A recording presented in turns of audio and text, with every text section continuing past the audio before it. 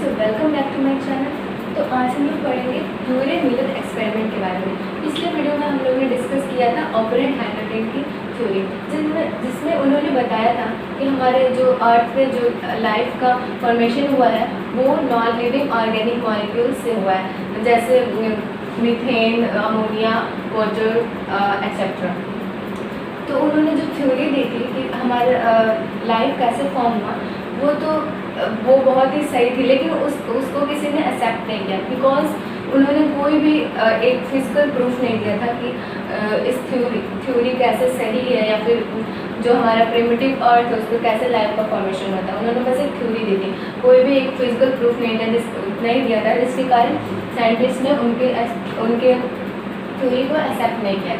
But in 1953 SL. Miller जो एक scientist हैं, उन्होंने इस थ्योरी को अपने लैब में एक्सपेरिमेंट किया था। वो भी सेम कंडीशन जो हमारा प्रिमिटिव अर्थ पे जो हमारा एनवायरनमेंट था, वो सेम एनवायरनमेंट उन्होंने लैब में फॉर्म किया था।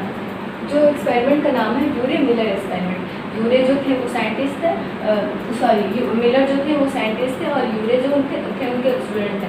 वो उन दोनों ने एक दूसरे का हेल्प करके इस एक्सपेरिमेंट को किया था। So this experiment is proposed by SL. Miller in 1953. He took the same condition which is present in the primitive earth in the laboratory. उन्होंने पूरा कंडीशन सेम था, पूरा एनवायरनमेंट सेम था।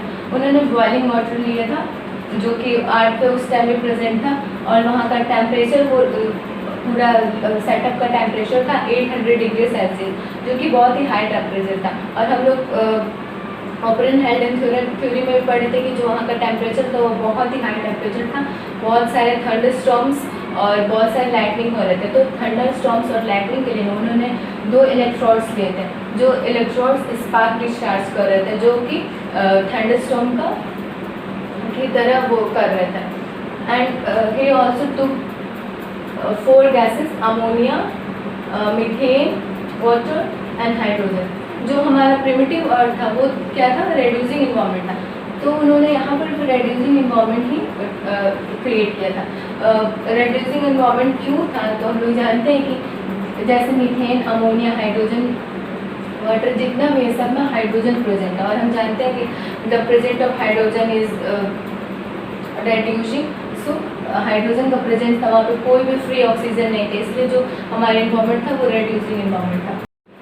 बहुत ही हाई टेम्परेचर था वहाँ का 800 डिग्री सेल्सियस, और उन्होंने वहाँ पे वैक्यूम पंप भी लगाया था वहाँ वैक्यूम क्रिएट करने के लिए, और यहाँ पे एक कंडेंसर लगाया था, और इससे हम ये भी बोल सकते हैं वाटर जैकेट, जो कि कंडेंस कर देता था वेपर को। मतलब जब वेपर यहाँ से बहुत हाई टेम्परेचर में जो बॉइलिंग वाटर वेपर के रूप में कन्वर्ट कर देता था, और यहाँ जाके वाटर जैकेट के कारण वो जो वेपर थे वो कंडेंस हो जाते थे, यानी वो लिक्विड फॉर्म में आ गए। तो हम देखते हैं कि कैसे ये प्रोसेसिंग है इसका। तो सबसे पहले जो यहाँ पे उन्होंने बॉइलिंग वाटर लिया एक अपर्चन में, और वो बॉइलिंग वाटर बहुत ही ज़्यादा बॉयल कर रहा था, इसके कारण वो वेपर के रूप में यहाँ से वो एराइज होकर फिर यहाँ पे वैक्यूम क्रिएट हुआ था, और वो एयर यहाँ पे स्पार्क चैम्बर में आया, जहाँ पे स्पार्क डिस्चार्ज हो रहे थे। इट मीन्स लाइटनिंग और थंडरस्टॉर्म जो भी प्रिमिटिव अर्थ में हो रहा था उसका यहाँ पे इन्वॉल्वमेंट था। और उसके बाद ये जो कंडेंसर था, वाटर जैकेट था, इसके पास हुआ तो ये वाटर वेपर वाटर ड्रॉपलेट के रूप में कन्वर्ट हो गई, और ये वाटर ड्रॉपलेट यहाँ पे जो वाटर था वो ऑर्गेनिक कंपाउंड कंटेन किया था।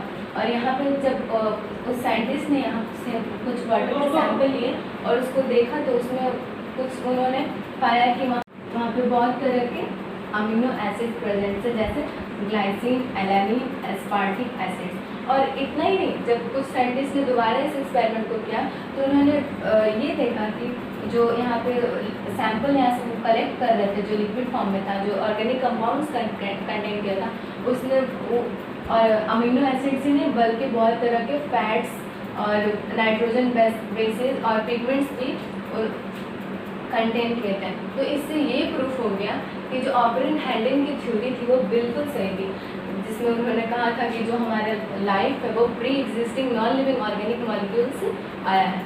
तो जब ये सारे मोनोमर्स मिल गए, तो हम जैसे जानते हैं मोनोमर से पॉलीमर बनता है, पॉलीमर से डीएनए बनता है, और ये सब बेसिक यूनिट्स हैं एक लिविंग सेल या लिविंग ऑर्गेनिज्म की फॉर्मेशन होने के लिए। सो ये मोनोमर बने, उसके बाद से इससे वो पॉलीमर बना, और पॉलीमर से एक लिविंग सेल बना। सो दिस द ऑपरेंट हैंडल theory which tells us that the life on the earth came from the non-living organic molecules is really true, which is proved by the Urey-Miller experiment.